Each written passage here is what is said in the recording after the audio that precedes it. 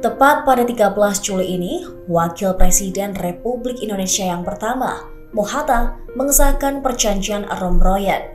Perjanjian ini sebagai bukti bahwa perjuangan kemerdekaan Indonesia tidaklah mudah.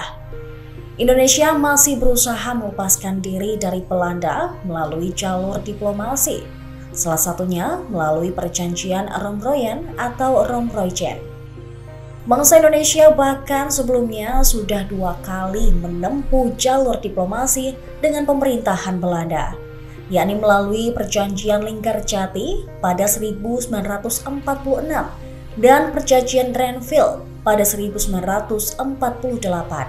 Perjanjian Romroyen atau juga disebut Perjanjian Rom-van-Royen merupakan sebuah perjanjian antara Indonesia dengan Belanda. Perjanjian ini berlangsung hampir sebulan, dimulai pada 17 April 1949 dan ditandatangani pada 7 Mei 1949 di Hotel Des Indes, Jakarta. Namanya diambil dari 2 pemimpin delegasi, yaitu Muhammad Rom yang berasal dari Indonesia dan Herman van Royen yang merupakan delegasi dari Belanda.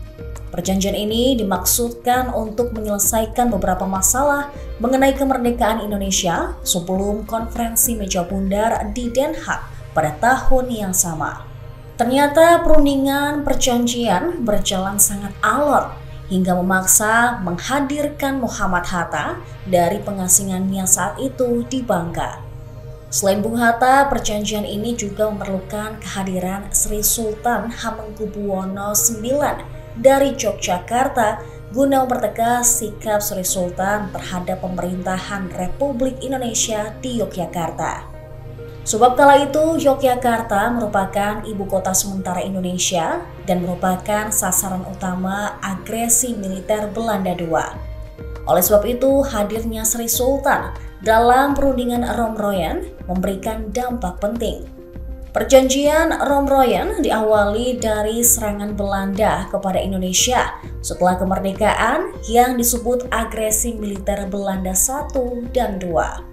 Pada saat itu, Belanda menyerbu Yogyakarta dan menawan beberapa pemimpin Indonesia sebagai tahanan politik.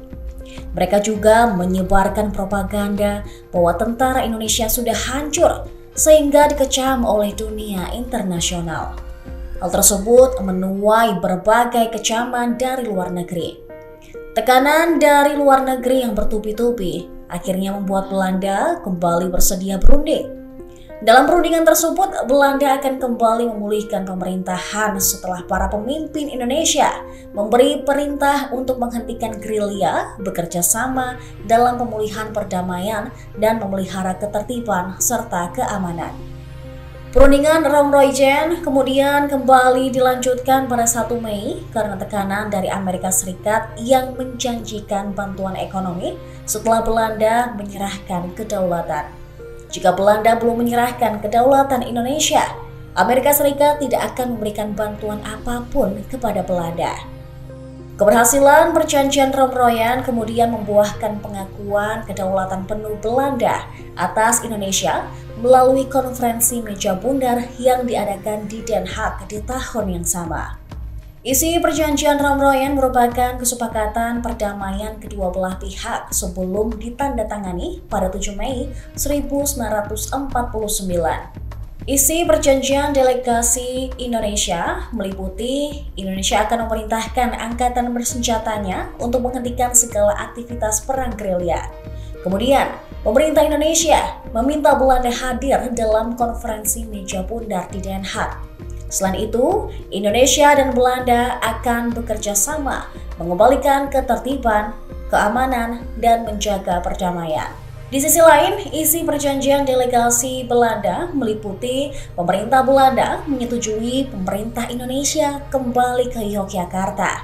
Pemerintah Belanda membebaskan tanpa syarat semua tahanan politik. Kemudian, pemerintah Belanda menyetujui Republik Indonesia merupakan bagian dari negara Indonesia Serikat. Selain itu, pemerintah Belanda menyetujui konferensi meja bundar diadakan secepatnya setelah pemerintahan Indonesia dikembalikan ke Yogyakarta. Tekanan dari dunia internasional atas agresi militer Belanda II memberikan dampak serius ke Belanda. Terbukti setelah tercapainya perjanjian Romroyen, Belanda menepati semua kesepakatan yang dibuat dengan Indonesia. Pada 6 Juli, Soekarno dan Hatta dikembalikan dari pengasingan ke Yogyakarta, yang merupakan ibu kota sementara Republik Indonesia saat itu. Kemudian pada 13 Juli, Hatta mengesahkan perjanjian Romroyen dan menunjuk Syafruddin Prawiranegara sebagai Presiden Pemerintahan Darurat Republik Indonesia pada 22 Desember 1948. Kemudian tertanggal 3 Agustus, gencatan senjata Belanda dan Indonesia dimulai di Jawa dan Sumatera. Konferensi Meja Bundar juga mencapai persetujuan tentang seluruh masalah di agenda pertemuan, kecuali masalah Papua Belanda. Pengembalian pemerintah Republik Indonesia ke Yogyakarta juga disetujui pada 24 Juni 1949 dan pasukan Belanda ditarik mundur dari Yogyakarta tertanggal 1 Juli di tahun yang sama.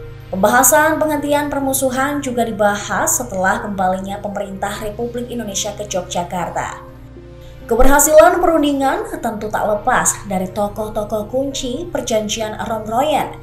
Mereka adalah Muhammad Rom, Ali Sastroamidjojo, Johannes Leemena, Insinyur Juanda, beserta Profesor Supomo Johannes Latuharhari, Aka Pringgodikdo, Muhammad Hatta, dan Sri Sultan Hamengkubuwono IX.